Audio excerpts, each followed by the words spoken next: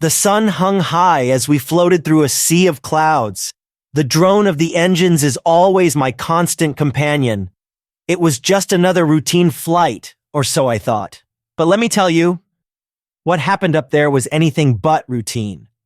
That's the day I came face to face with a new altered reality. At first, it was subtle.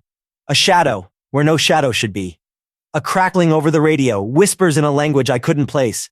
I checked the instruments. All normal. Must be a trick of the light, I told myself. Just focus on the smooth horizon and get these people where they need to go. But the unease in my gut wouldn't leave.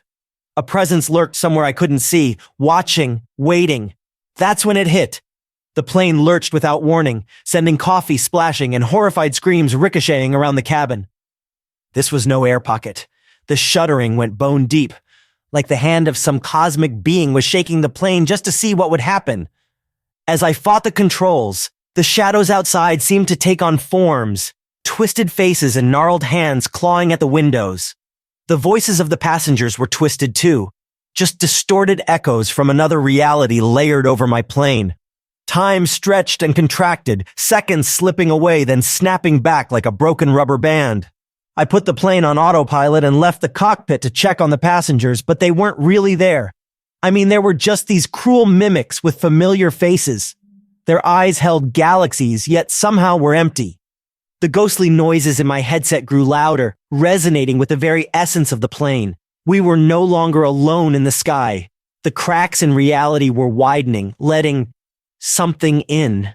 I retreated to the cockpit, grasping for some semblance of sanity as we drifted through the churning madness. But my mind was splitting too, unable to process what I was experiencing in the world outside. The passengers weren't passengers anymore, just skins for some other entity beings to try on. And there on the control panel, a small artifact. It wasn't there before. It had alien glyphs and other unrecognizable carvings. It appeared to be pulsing with the rhythm of the maddening cracks I was hearing. This was the epicenter, the source of the growing tear in reality.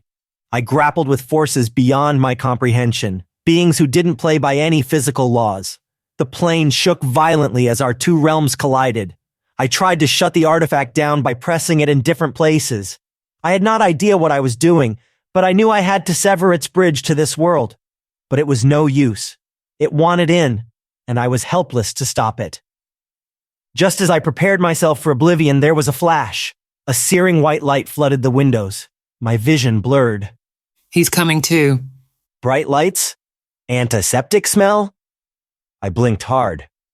This is not the cockpit, but a dentist's chair.